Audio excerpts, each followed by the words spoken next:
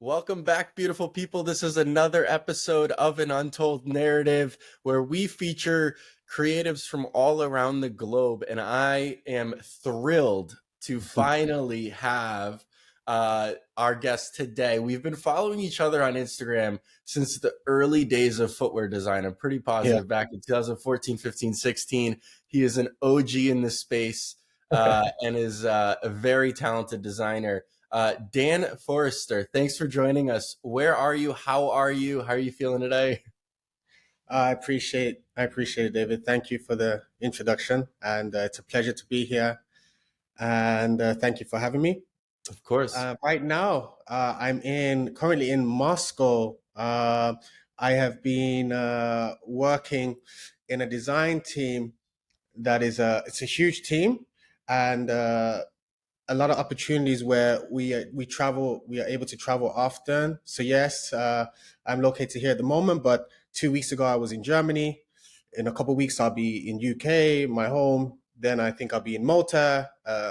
Not too long ago I was in Thailand. So there's a lot of travel and movement. It's not really as stagnant as traditionally roles can be. Is that like your favorite part? Is that the most fun for you? Obviously, I think you're a travel buff now. Yeah. Yeah, no, it's great because I have a passion for travel at heart, and to be able to mix that in with the role is great. So I like that part of it, and we take into consideration travel for research, travel for just to get our hands and our minds refreshed in what's going on in the industry. Cool. Yeah. So we'll get into your present day work, but you mentioned you're from originally the UK, I think. Yeah. How did you first get into like the creative field of footwear? Because like everybody's got a different story. Like, Yeah. how did you first fall in love with shoes? Yeah, so yeah, born and raised in Birmingham, UK, and I think for my journey, it started from way back, just growing up watching the Premier League and seeing people like David Beckham and Wayne Rooney and how they would have these custom Predator boots or Mm.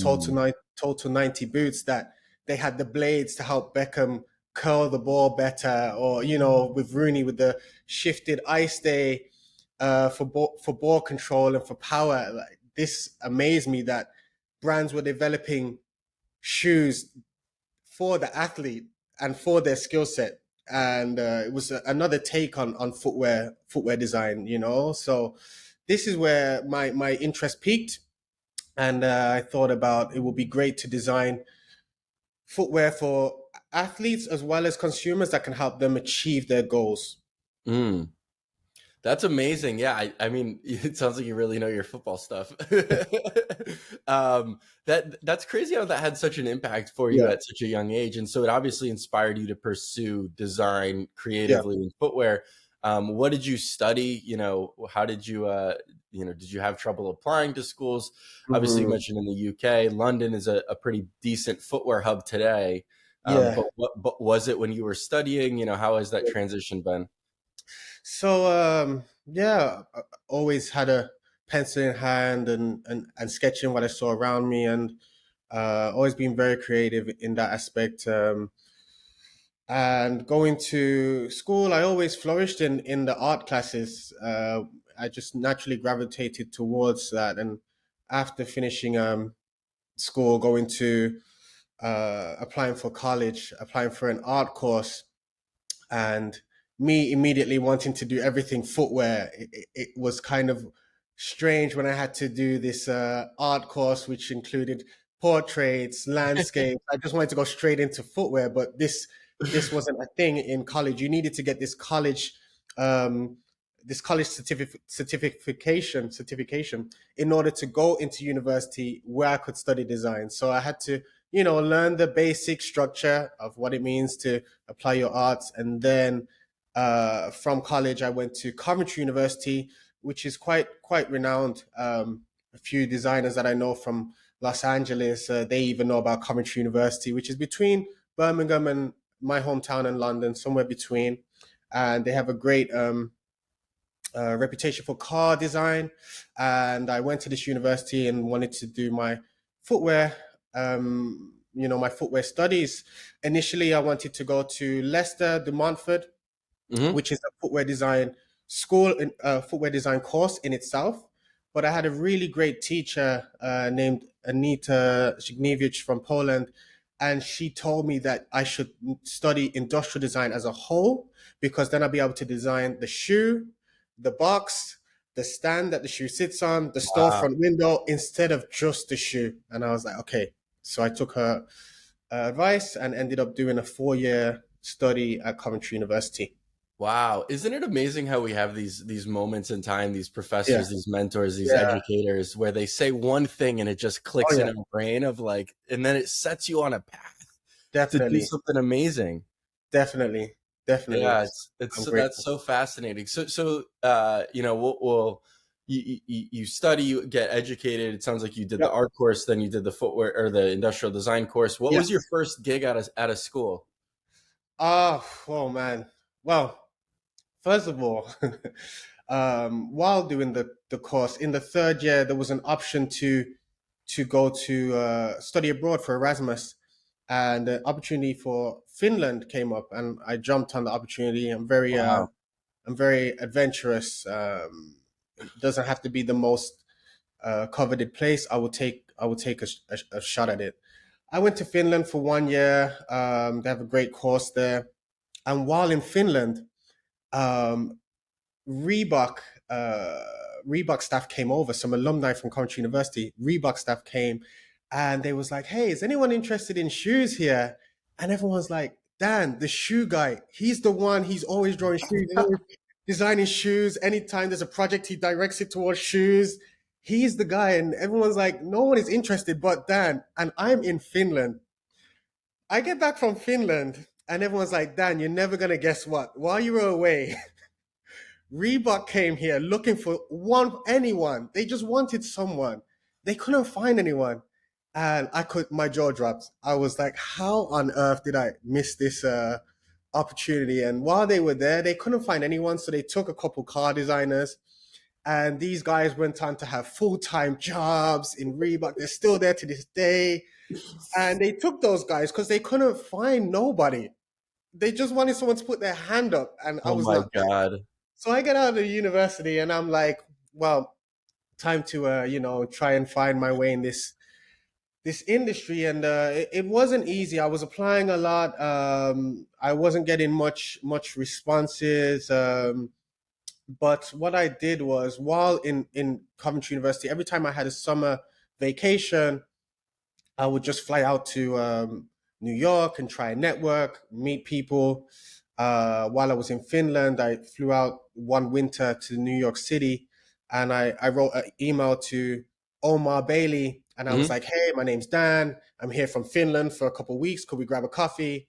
And we managed to meet up for a coffee, and I just took all of his advice, and he said, "Listen, you got to get to New York."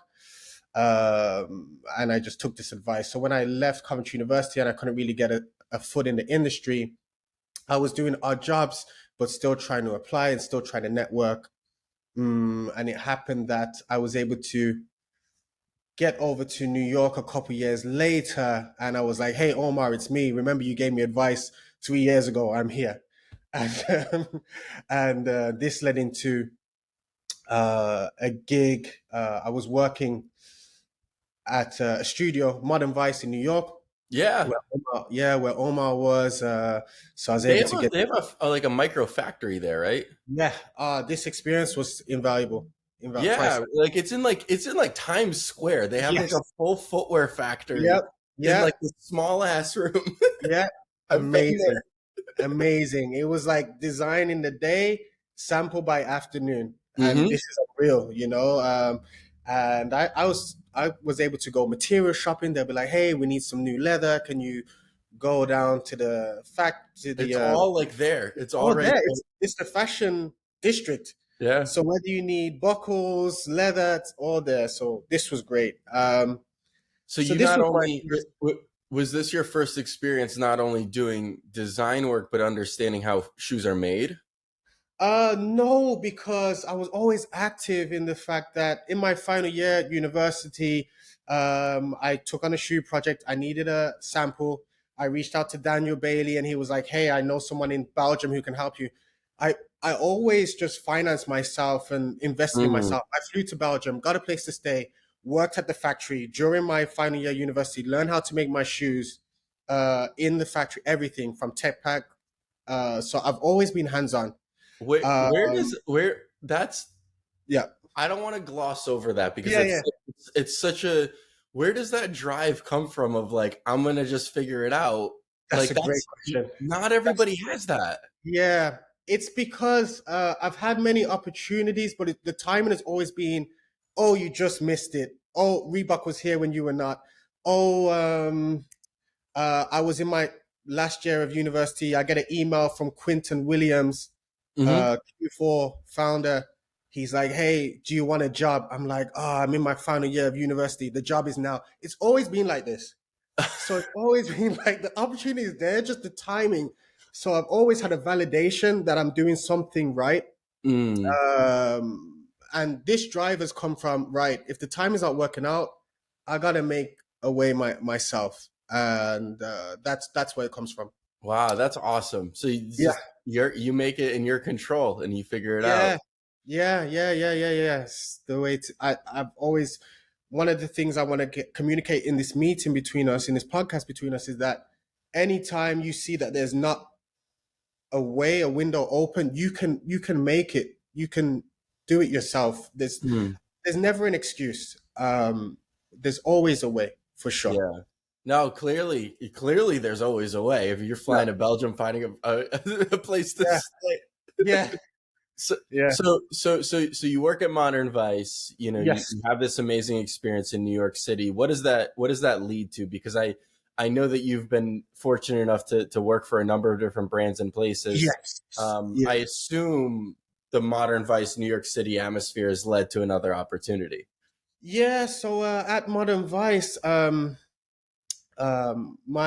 visa actually to get to Modern Vice, what I did was I needed a visa into the United States, and there are a lot of summer programs, summer jobs, and stuff you can take to get into the United States.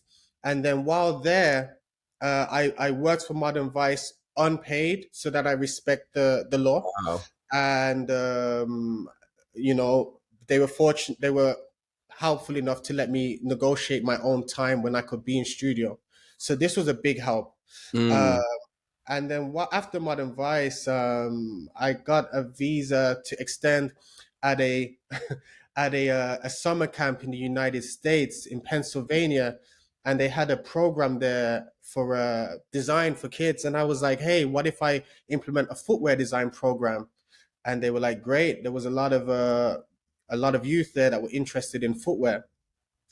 And after this summer program, I sent it over to the guys at Nike, and I got a call from Nike Converse. They sent me flight tickets. They sent me a driver, everything. And after this summer camp, by me just being persistent and making an opportunity where there was not one, I was in the office of Nike Converse in Boston, and they were asking me to start on Monday. I think it was a Friday or Thursday. They were asking me, can I start on Monday? And I said, I'm a British guy. I need a visa. They were like, oh, we want you now, but you need a visa. It's going to take 3 months. So again, this whole opportunity thing, I'm just like, how on earth? I'm here. They sent me flights. They paid for everything, my accommodation. I'm just like, you know. Then they said, okay, what if we start you in Holland, in Hilversum? Then you can transfer to the company. I'm like, great. We just need to make sure there's an opening in Hilversum. Oh my I God. applied to Hilversum. There's no opening at that time, and I'm just like, okay, here we go again.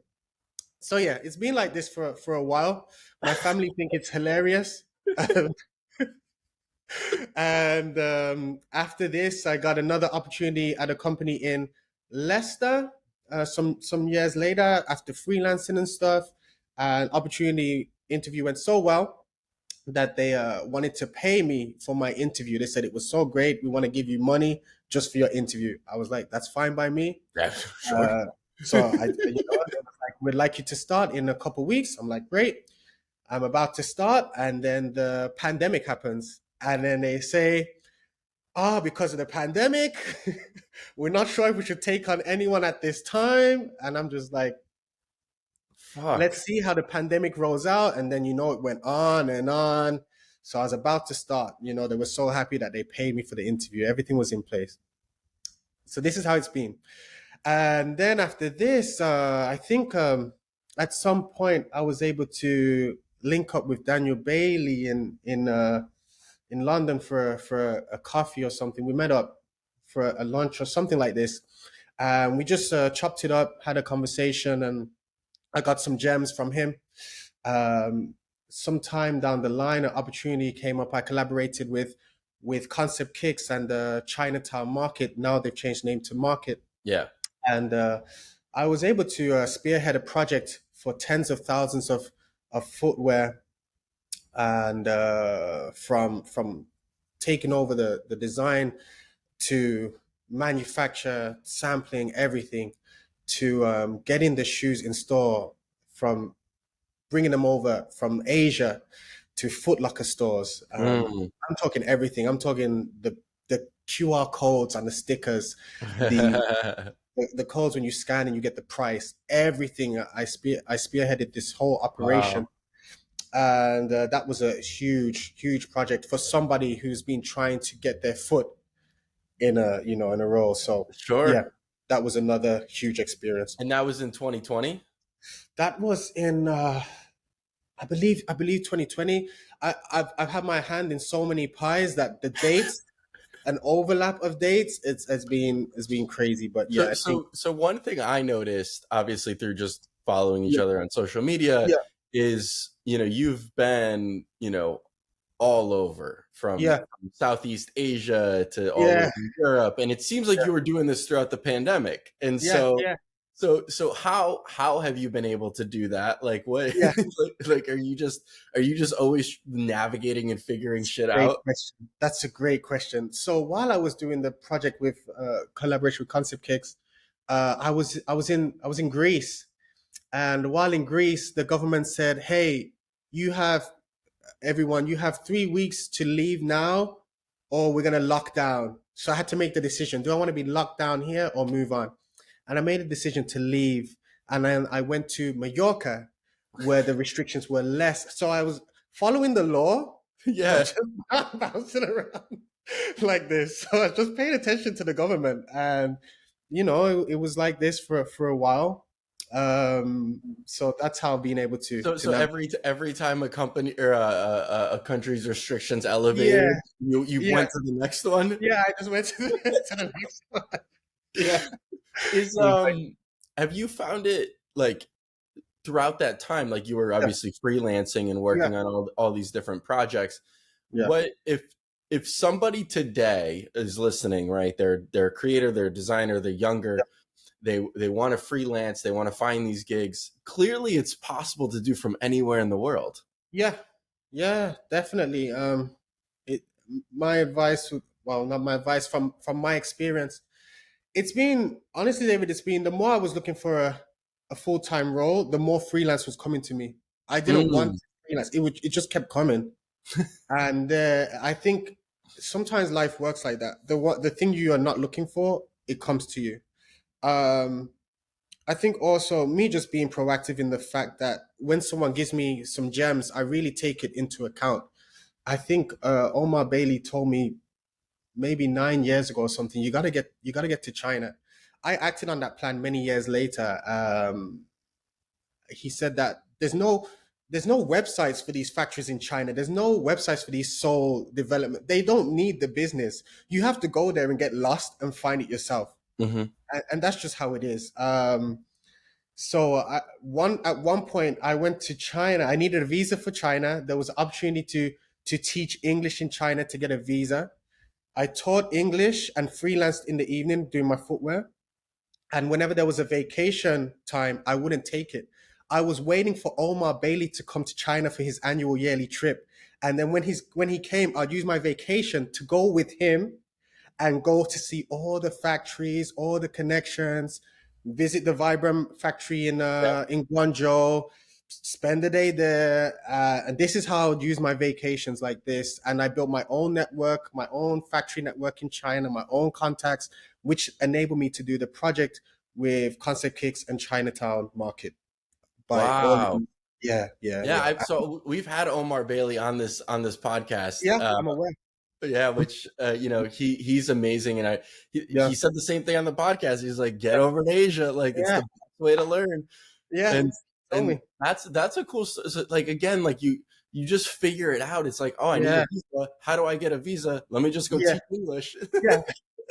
That's why I say there's always a way. You can't just say like, "Oh, I need to go there, but I can't get there." I happily did another avenue, and then in the evening did my footwear, and I was able to get my own network by doing this. A lot of the times we feel that if the way in is not solely a footwear visa into that country, China, that the opportunity is closed. No, just get there, figure it out. We Uh, as a society, I feel like are really prone to making excuses very yeah, quickly, and yeah, instead you're a prime example of just never making an excuse and just yeah. fucking figuring it out. Yeah, yeah, yeah, yeah, yeah. It's like it's yeah. It's not the way I wanted, but So yeah, for anybody listening, yeah, who does, want to pursue this creative path, yeah. how have you been able to find your freelance gigs, right? Because I think that's a question that everybody tries to navigate. Like today, it's easy. Oh, let me just send DMs or Yeah, LinkedIn messages. Like yeah, you've obviously found creative ways of finding clients, yeah, or they've from word of mouth, or like yeah. what's been like the best resource for you to find clients?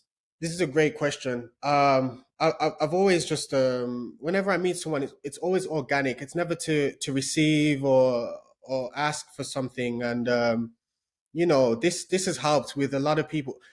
I had a conversation with Daniel Bailey before. I remember vaguely, and I said to him, when I reach out to someone, I want them to be like, oh, it's Dan instead of, oh, not him again asking for something, not him.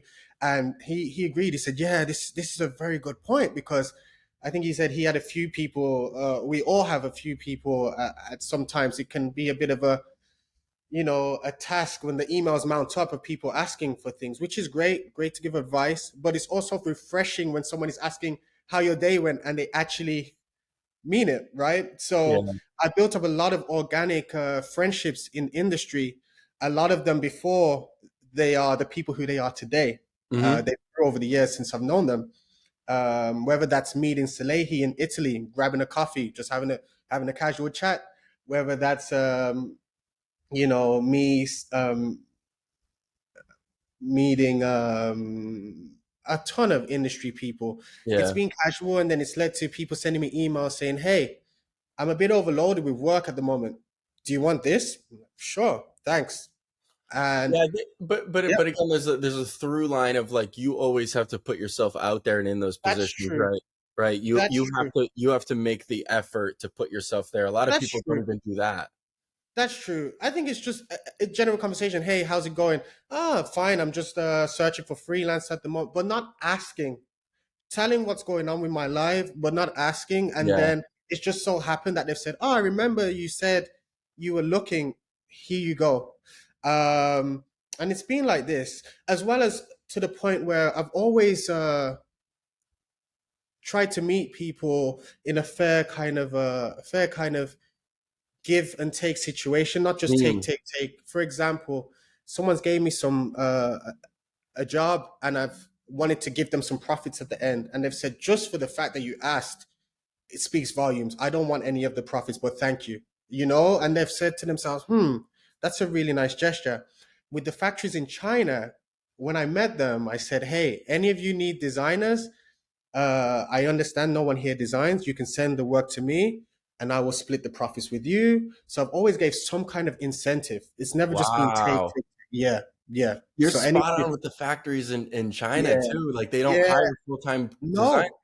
And people always asking them for designers. Hey, I want to make a shoe with you, but I don't have a designer. They contact the factory, and the factory's like, well, we don't design, we just manufacture. Well, here's Dan's contact. And then they Wow. reach out to me, I do design. I said, yeah, it's been like That's this. amazing. What Yeah. a very big nugget. I hope people are Yeah. listening because that Yeah. I Yeah. have. Yeah. Look, Dan, this will come out in episode 90 plus or something like Yeah. that. I've listened to a lot of people talk about like Yeah. creative ways of finding work. That one is unique. So thank you for sharing that. That's Yeah. amazing. That's people like that is Oh really yeah. really beautiful. Oh yeah. Um, Going to present day, you work for a brand or a conglomerate where you have licenses to a number of different brands, and you have Yeah. now today a full time job, is my understanding. Yes, full time gig. Um, it's in-house studio with multiple brands under one roof, and Are different you price points. Yep, go ahead. are you happy now that you have a full time job and not like freelancing, or do you miss it a little bit? This, to be honest with you, this gig is hybrid. It's in house, 2 days per week at max. You have the ability to work remote. So it's mixing the freelance feel with the full time feel, which it's a rare opportunity, and I understand that, and I'm very grateful for that. Which it's perfect for someone like myself. Mm. In terms of missing, when I was freelancing, I was doing the invoices, I was doing the emails, I was doing customer service, manufacture everything. Now it's refreshing that I'm not the one who's doing the customer service. You I'm focus not on the the, creative. yeah, I can focus on the creative. So there's pros and cons to everything, Yeah. right?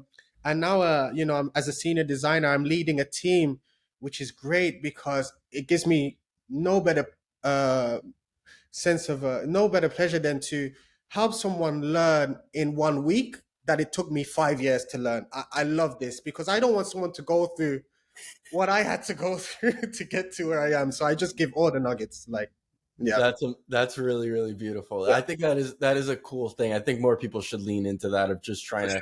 sure. And I see that with the industry across the board of like people are Yeah, way more willing to help one another today than yeah, I think even like 5-10 years ago.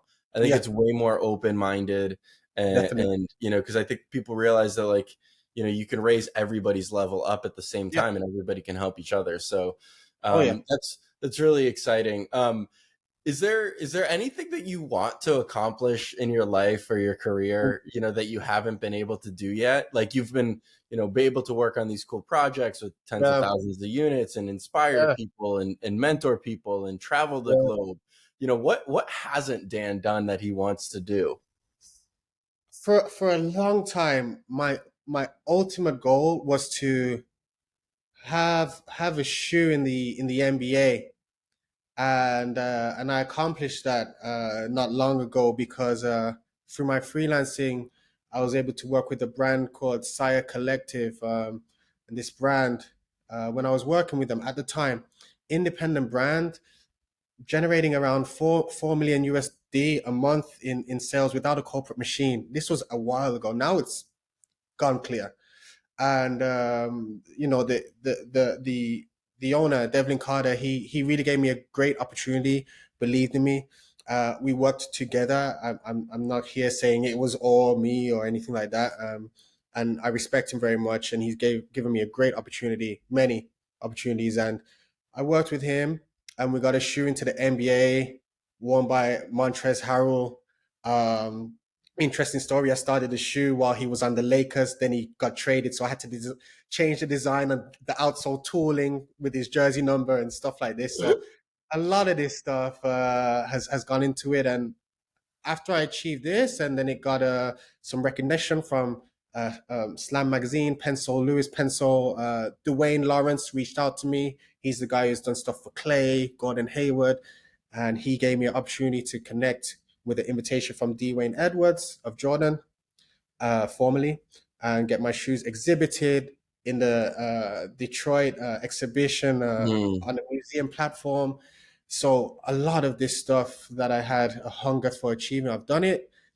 Moving forward, I just want to continue to spread knowledge and spread nuggets and help people streamline them in their career to give them a faster path to reaching their goals by telling them, hey, you can do it this way, that way, and letting them know not to be discouraged or anything, but to just keep pressing on. Mm. ideally in my mind one day maybe a, a part of a three-man studio or something with three of my closest friends in industry, something like this. This could be cool. Yeah. Something like this, I guess, in the future. I think, yeah, something like that. I love that. Yeah, I'm very excited for whatever you do next. yeah, And thank you for sharing. You know, I don't think we talk enough about all the amazing projects that we're able to work on, and like oh, you had this goal and mission to work on an NBA yeah, shoe, and then the opportunity came about, oh yeah, and you accomplished that, right? I don't think we ever today with media, it moves so fast. We post something online, it's gone oh in yeah, 24 hours, but oh like yeah. it's important to recognize like you did something really That's great true. that not Yeah, many people, probably yeah, like I don't know, a yeah, thousand people max have designed like an NBA yeah. sneaker, right? Like not That's that many people. that's very true. That's very true. Yeah, you have to give yourself acknowledgement and realize, hey, you've done something cool here. So Yeah, totally. So thank you for sharing that. Dan, a couple more questions for you. Um, one thing that is a closing tradition on this podcast is that I like to ask our guests, we wouldn't be where we are today without somebody else's help. And mm, so I like to give people an opportunity to give flowers to other yeah, people and who yeah. has helped you along your journey, Oh, man. who's really either been a mentor or given you Yeah, advice at a critical moment or you know, whatever, just to give a person or a couple people a shout out. man. This it's an emotional, touchy subject because yeah, there's you always remember those who believed in you.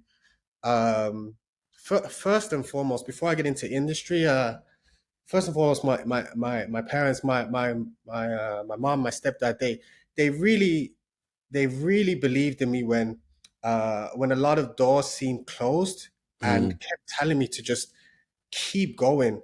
But they also realized the fact that I kept going, it's abnormal. They've even said to me before, a lot of people, the normal thing to do will be to give up.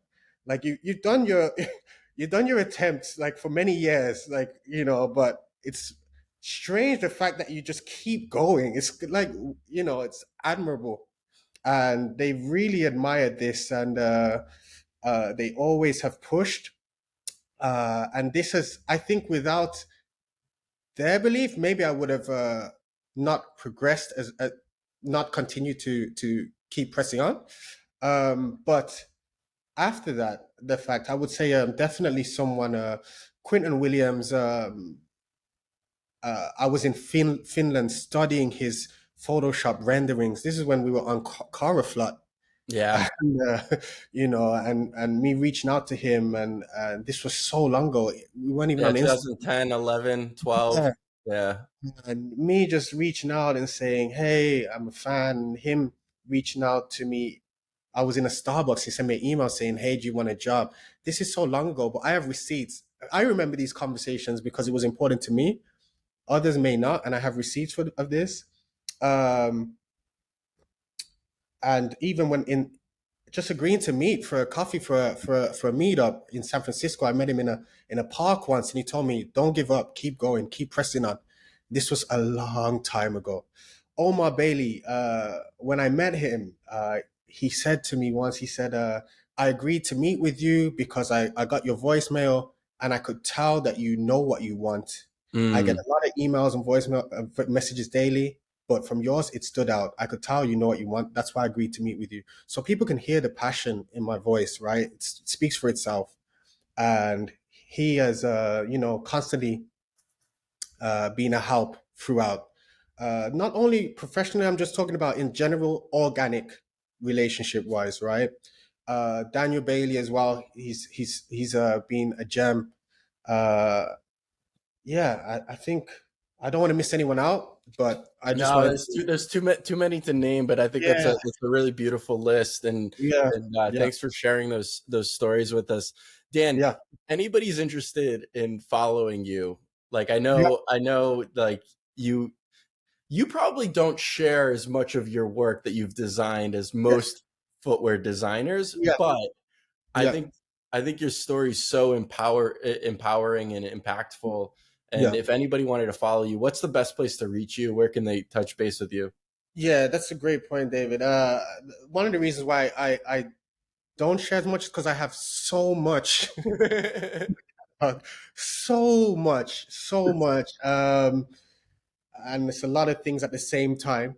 But yeah, Forrester Footwear on Instagram. What people don't see behind the scenes is the messages that I'm getting, the DMs I'm getting and answering in the background. Just because it's not a post on the page does not mean that I'm helping people. People have questions. But this podcast is definitely gonna be going up on there, so people can get some gems from that. And I want to definitely do a better job of communicating more project work and stuff like that. I just want to make sure that first and foremost, people see my page as somewhere they can come and ask for advice. And secondly, the posting, but it's more about giving gems. That's Yeah, why I started the page. In fact, because I amazing. wish there were people like us when we were in our finding out stage. Yeah, yeah, no, I mean that's part of the reason why I do this, right? Like I do Exactly. this just for fun to connect with people Exactly. and share these really amazing stories of like persistence and like Yep. and just showing that it is possible. And Yep. Dan, you've been an amazing. This has gone. This conversation has been so amazing. I'm stoked that we finally got on Yep. and got to record. So thank you for sharing your stories Yeah. and spending time with the audience here. Yeah, no, it's a pleasure, and it's also nice to finally connect. I've been following your work. I've been seeing the updates and the meticulous details when you posted about um, blueprints for Vibra. I've seen you in the picture with the pencil. Like, I'm there, and it's you never know who's watching. This is one thing I want to make clear. You never know who's watching what you're doing, so I've been following you, and it's great to finally connect.